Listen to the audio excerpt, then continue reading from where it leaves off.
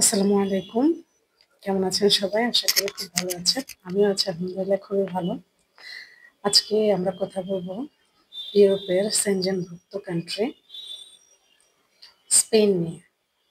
স্পেনে কিন্তু আপনি ইজিলি পার্মানেন্ট হতে পারবেন।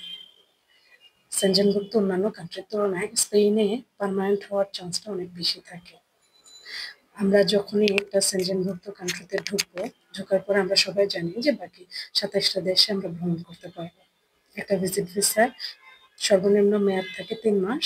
এই ৩ মাসের মধ্যে আমরা যেকোনো একটা দেশে ঢুকে দেন হচ্ছে আমরা অন্য আরেকটা দেশে যেতে পারবো এবং সেই যাওয়ার পরে সবচাইতে ইজিলি যদি কোথাও আপনি পার্মানেন্ট রেসিডেন্সি পেতে পারেন সেটার মধ্যে এই তালিকায় সবার আগে আসে স্পেন। আজকে সেই স্পেন নিয়েই কথা বলবো। ধরেন আপনি স্পেনে ভিজিট ভিসায় যেতে চাচ্ছেন, তাহলে সেক্ষেত্রে আপনাকে শুরুতেই কিছু ডকুমেন্টস রেডি করতে হবে। আপনার ব্যাংক স্টেটমেন্ট লাগবে লাস্ট ৬ মাসের। এরপরে আপনার যদি স্পেনে কেউ থাকে, তাহলে সেক্ষেত্রে অবশ্যই একটা ইনভিটেশন দেওয়া উচিত। ফেক ইনভিটেশন না, অবশ্যই জেনুইন একটা ইনভিটেশন দিবেন। এরপরে আপনার আরো কিছু ডকুমেন্টস এর প্রয়োজন হবে, যেমন আপনি ম্যারিড হলে ম্যারেজ সার্টিফিকেট, বাচ্চা থাকলে বাচ্চার বার্থ সার্টিফিকেট লাগবে, আপনি ব্যবসা করে থাকলে ট্রেড লাইসেন্স লাগবে, আপনার টিন সার্টিফিকেট লাগবে।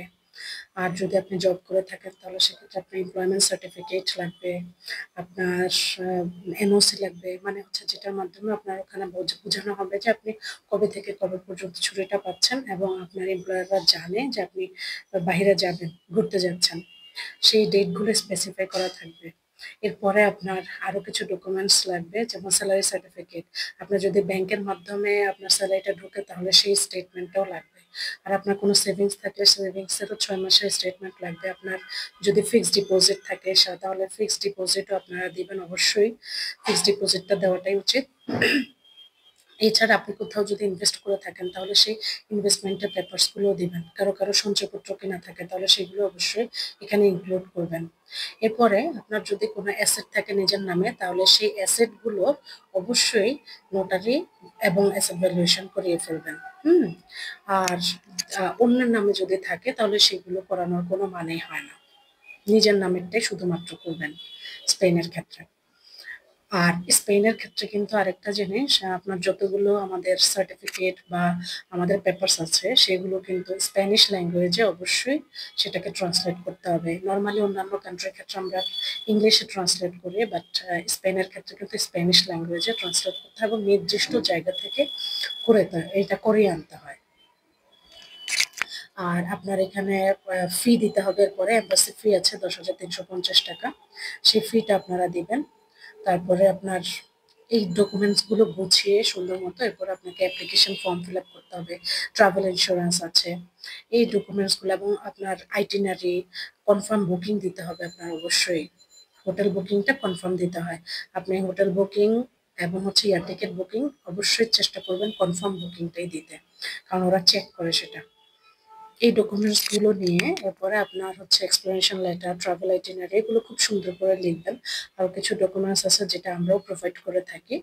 এই ডকুমেন্টস গুলো দিয়ে ফাইনালি এম্বাসিতে এপ্লাই করবেন। এপ্লাই করার পরে আপনার প্রসেসিং টাইম নেয় এম্বাসি ২১ দিন স্পেনের ক্ষেত্রে। সর্বনিম্ন ২১ দিন নেয়। এরপরে যদি আপনার এটা আরেকটু জটিল হয় তাহলে সেক্ষেত্রে ওরা আরেকটু সময় নেবে। এই হচ্ছে আমাদের প্রসেসিং টাইম। এরপরে ফাইনালি আপনি আপনার রেজাল্টটা জেনে যাবেন। সেটা পজিটিভ হোক, নেগেটিভ হোক, দুটোই আপনি ১ মাসের মধ্যে ইনশাআল্লাহ জেনে যাবেন।